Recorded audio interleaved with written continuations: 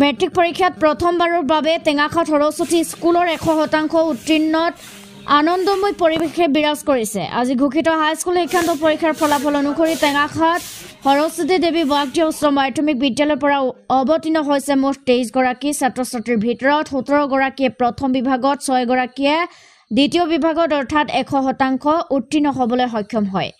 আনন্দময় পৰিৱেশত বিদ্যালয়খনৰ ভাৰপ্ৰাপ্ত প্ৰধান শিক্ষক গংগা গগৈ বিদ্যালয় পৰিচালনা সমিতিৰ সভাপতি কাৰ্তিক হাজৰিকাই এনেদৰে মতামত ব্যক্ত কৰে।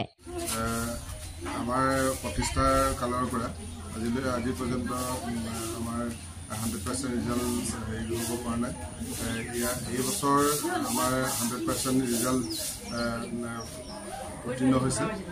ইয়াৰ মূল কাৰণটো হৈছে আমাৰ ষ্টুডেণ্ট যিবিলাক আছিলে, আমি প্ৰথম পৰ্যায়ত এই বৰ্ষৰ যিখিনি ষ্টুডেণ্ট আমি তেওঁলোকক যথেষ্ট কষ্ট কৰিবলৈ শিকাইছিলোঁ আৰু তেওঁলোকক ষ্টাডি পঢ়িবলৈ শিকাইছিলোঁ। আমাৰ যেতিয়া নেকি বাছনি পৰীক্ষা হৈ যোৱাৰ পিছত যোৱা ডিচেম্বৰ মাহৰ পৰা তেওঁলোকক যথেষ্ট আমি প্ৰতিজন শিক্ষকে আমি তেওঁলোকৰ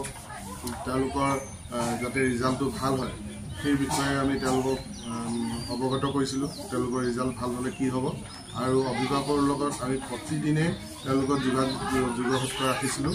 ফোনৰ যোগে হওক বা আমি ঘৰত গৈ হওক তেওঁলোকৰ লগত ৰাখিছিলোঁ আৰু প্ৰতিজন শিক্ষকে আমি 3জনকৈ ষ্টুডেণ্ট তেওঁলোকক ভগাই লৈছিলোঁ। প্ৰতিজন শিক্ষকে সেই 3জনক তেওঁলোকে কেয়াৰ লৈছিলে যে কেনেকৈ পঢ়িব লাগিব, কি কৰিব লাগিব, তেওঁলোকে কোনখিনিত অসুবিধা পাইছে, ঘৰত কিবা প্ৰব্লেম পাইছে নেকি।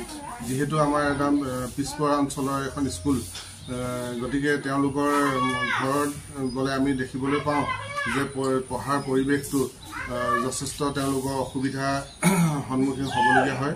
আমি কেইবাজনো শিক্ষকে যেতিয়া ৰাতি ভিজিট কৰিবলৈ যাওঁ তেওঁলোকৰ লগত, কিন্তু তেওঁলোকক দেখোঁ যে সেই আমাৰ যিখিনি সন্ধিয়া সময়টোত পঢ়াৰ পৰিৱেশ নাথাকে।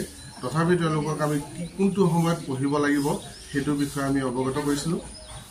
আৰু লগতে আমাৰ যিহেতু 3:30-3:30লৈকে ক্লাছ হয়, ক্লাছ কৰাৰ পিছতো আমি অতিৰিক্ত ক্লাছ প্ৰায় 6টালৈকে আমাৰ প্ৰতিজন শিক্ষকে যে 6টালৈকে আমি অতিৰিক্ত ক্লাছ লৈছিলোঁ। আৰু এই ক্ষেত্ৰত আমাৰ যিখিনি ছাত্ৰ ছাত্ৰী আছে তেওঁলোকে যথেষ্ট আমাক সঁহাৰি দিছিলে।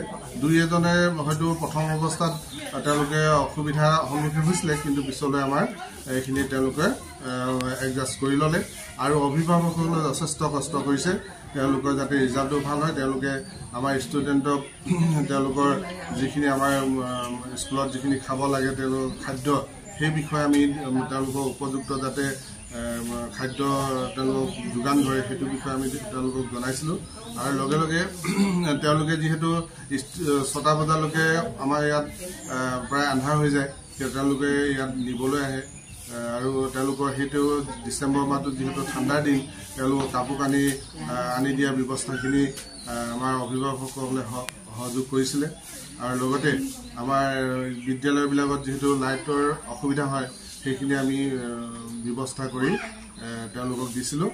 গতিকে এইখিনি আমি স্কুলৰ ফালৰ পৰা যিমানখিনি পাৰোঁ আমি তেওঁলোকক দিবলৈ কৰিছিলোঁ। আৰু শিক্ষাৰ ক্ষেত্ৰত তেওঁলোককতো আমাৰ যথেষ্ট যিমান দিব লাগে আমি হিয়াৰ উজাৰি দিছিলোঁ আৰু তেওঁলোকেও সেইমতে আমি কোৱা মতে যিহেতু তেওঁলোকে ল'ব পাৰিলে সেইটো কাৰণে আজি হয়তো আমি এই ফলাফলটো ভাল পাইছোঁ।